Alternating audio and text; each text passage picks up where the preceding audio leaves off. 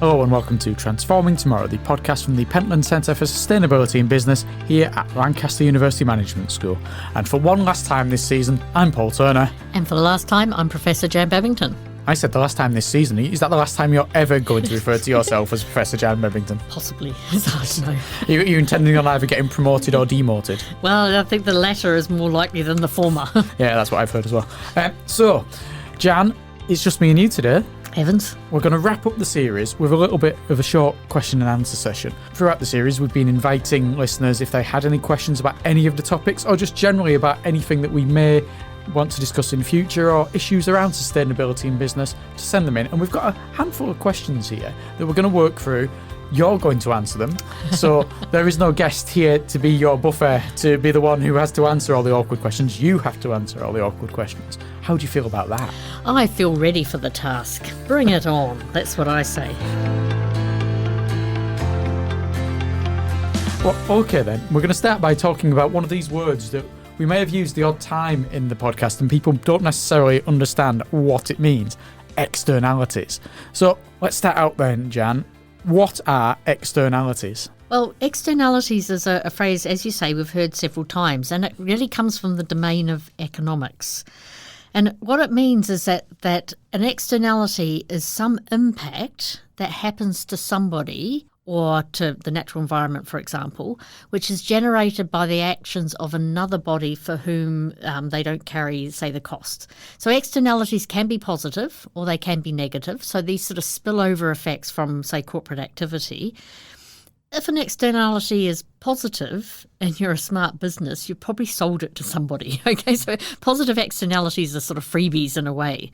But you can imagine, for example, if you were running a business and you had really nice gardens as part of your head office and people were able to use them or to see them as they travel past, that could be a positive externality. So things that somebody experiences in a positive way that arises out of your action rather out of their action.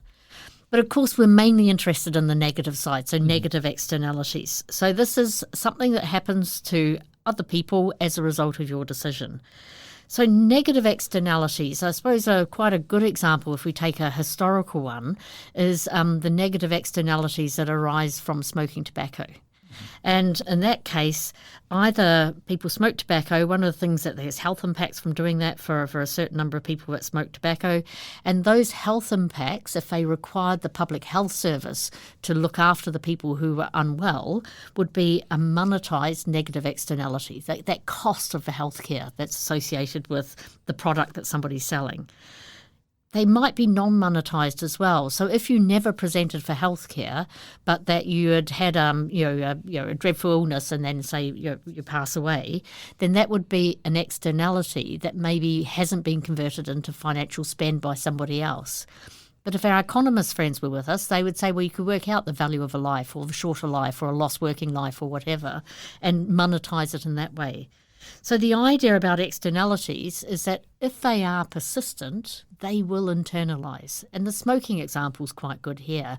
Over time, as those externalities become better recognised, that the actions of producing and selling tobacco and people's health becomes joined together more tightly, there are things that happen that try to drive that externality out of the system.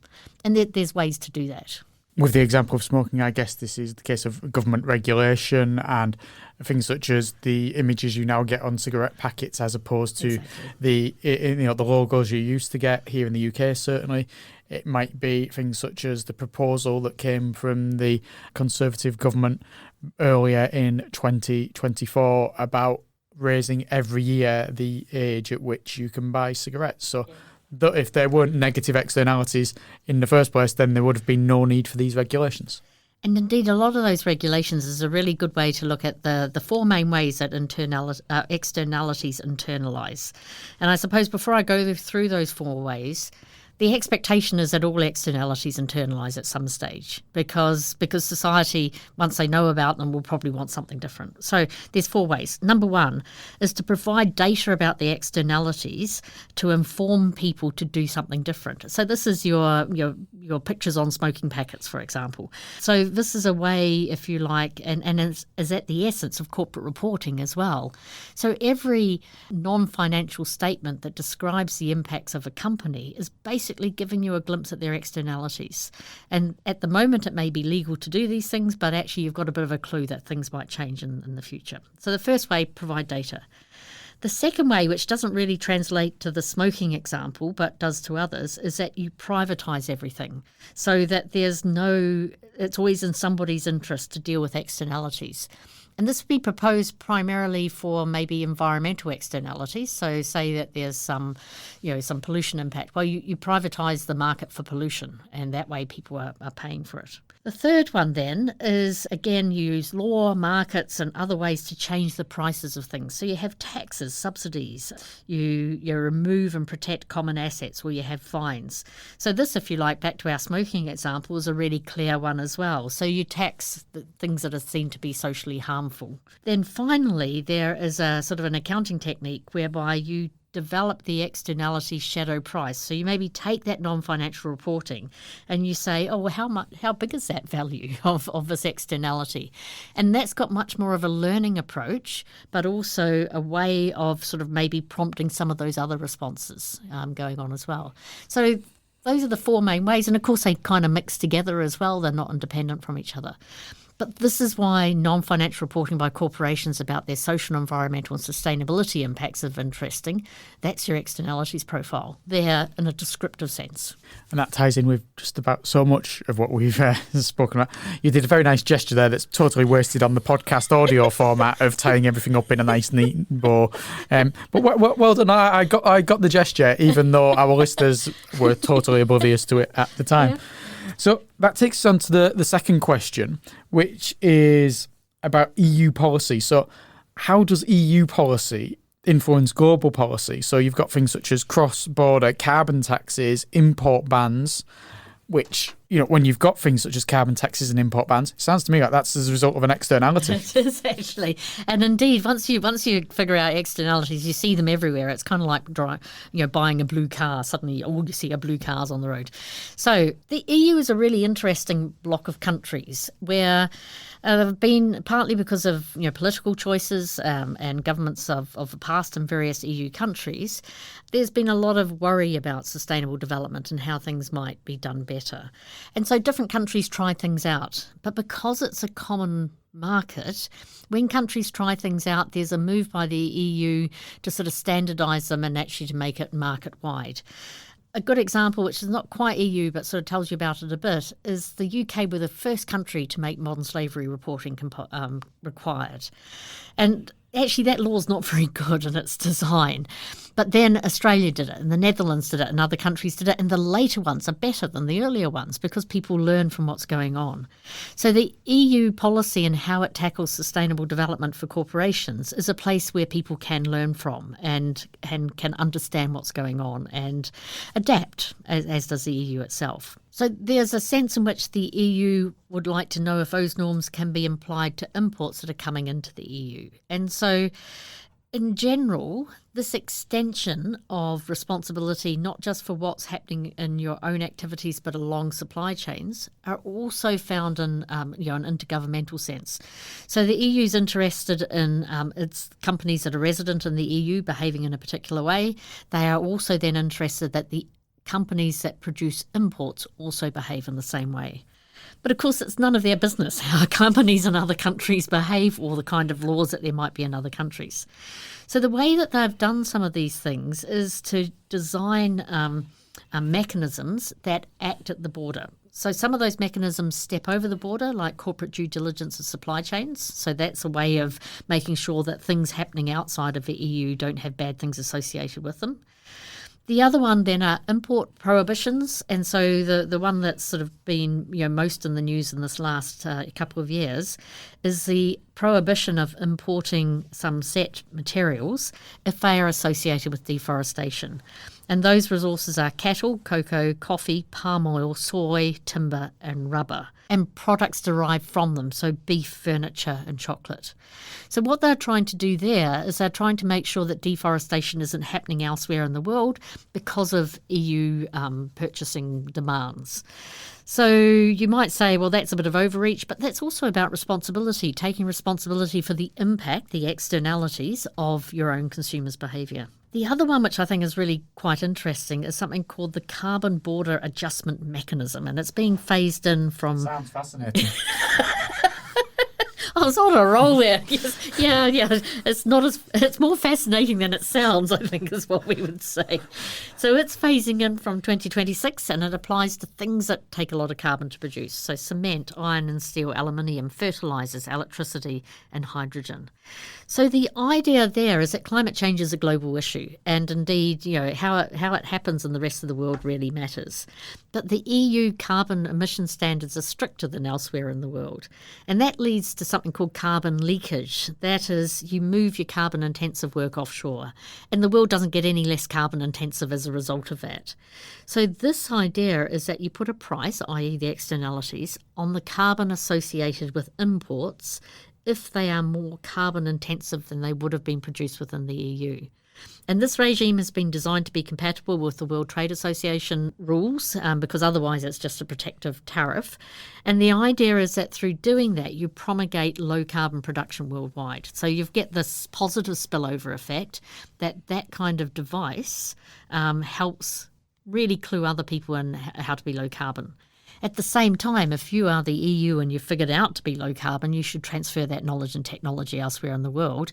And that way, one unit, the EU, lifts the performance of the whole globe. So that's the aspiration, even though you could be quite bad-tempered about it if you're producing in other countries. Yeah, the EU incentive being, of course, if everyone else gets there and is able to produce those goods, therefore, at the level, and therefore there's the savings, then the EU can bring them in for less cost than they would have been bringing them in for elsewhere. So there's potential benefits for just about everyone if it can work.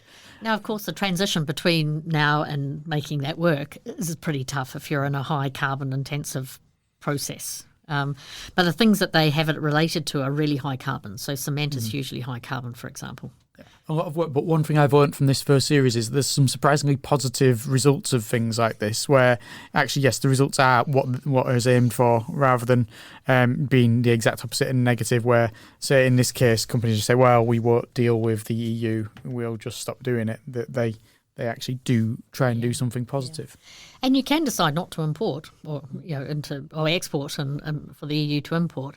But if you're a large enough bloc, you can actually affect the whole world. So if the EU and, say, another bloc do it, then you're really de facto creating global policy. But that global policy is there through the intergovernmental agreements. So it's not like they're making stuff up, if you like. They're following what the international community has agreed. Yeah, they've just been pioneering in the way they're applying it. Indeed, exactly.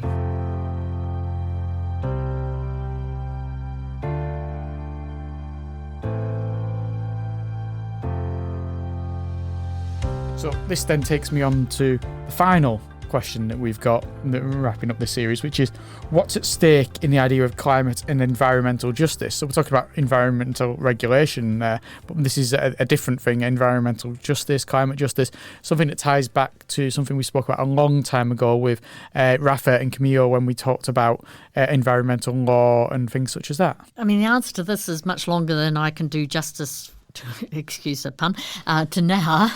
But what I think, give some pointers, because we might bring somebody in to talk about this in a longer form in our second series. So if we go back to where we started a lot of this series of episodes, thinking about the Sustainable Development Goals, SDG number 16 is peace, justice and strong institutions. So it's there as one of those underpinning elements.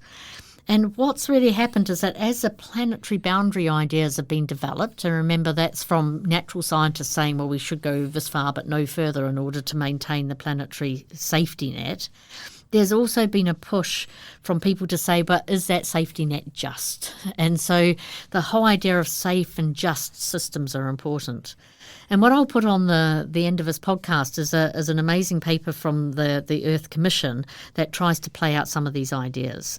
And there are so many notions of justice. I'm just going to talk through a few of them, and how they interact together is also quite important as well. So in the first layer, there's something called recognition justice. So who is involved in making the decisions? And I suppose in some ways we circle back round to externalities at this stage as well, as to if you're going to be affected by these decisions, do you have a right to be as part of the decisions. So with climate change, for example, we quite often think the big countries get to say, oh, well, this is what works for us or not. But small island states whose territory and well-being of their people will be compromised first, they ought to be recognised in those kind of negotiations as a special group, which they are, because, if you like, the recognition is important because of the impact of those decisions on them. There's also then something called epistemic justice, which is a flash way of saying whose knowledge is acknowledged. Yes, I did say that. Yeah, badly, but there it is. So whose knowledge gets recognised as being valuable in the international order of things. So peoples of the Pacific, for example, are pushing to recognise the personhood for whales, the animals, not for the country. And in that respect, if you like, that knowledge, the reason for doing that is because they see them as kin, as being family members. Now, if you're using maybe a scientific genetic definition of whose knowledge counts, you'll say you're not related.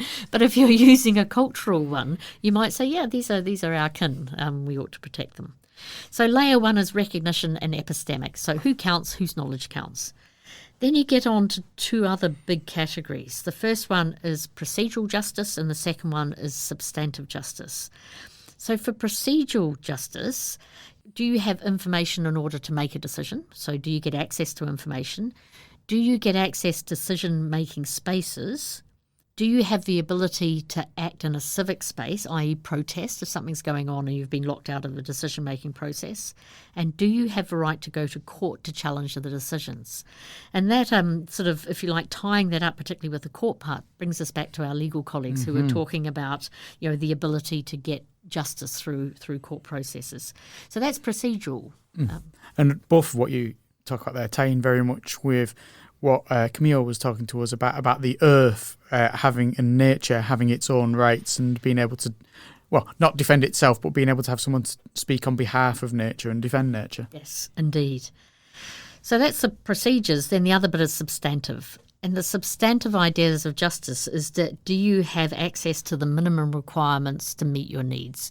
Now, this has got the SDGs written all over it as well. So those early SDGs, sort of 1 through to 8 or so, that talk about, zero poverty, zero hunger, access to sanitation, they're all about substantive justice. So does everyone have access to the minimum? And then above that, there's allocative justice, which is who gets to carry the risk and the harms and who gets the benefit.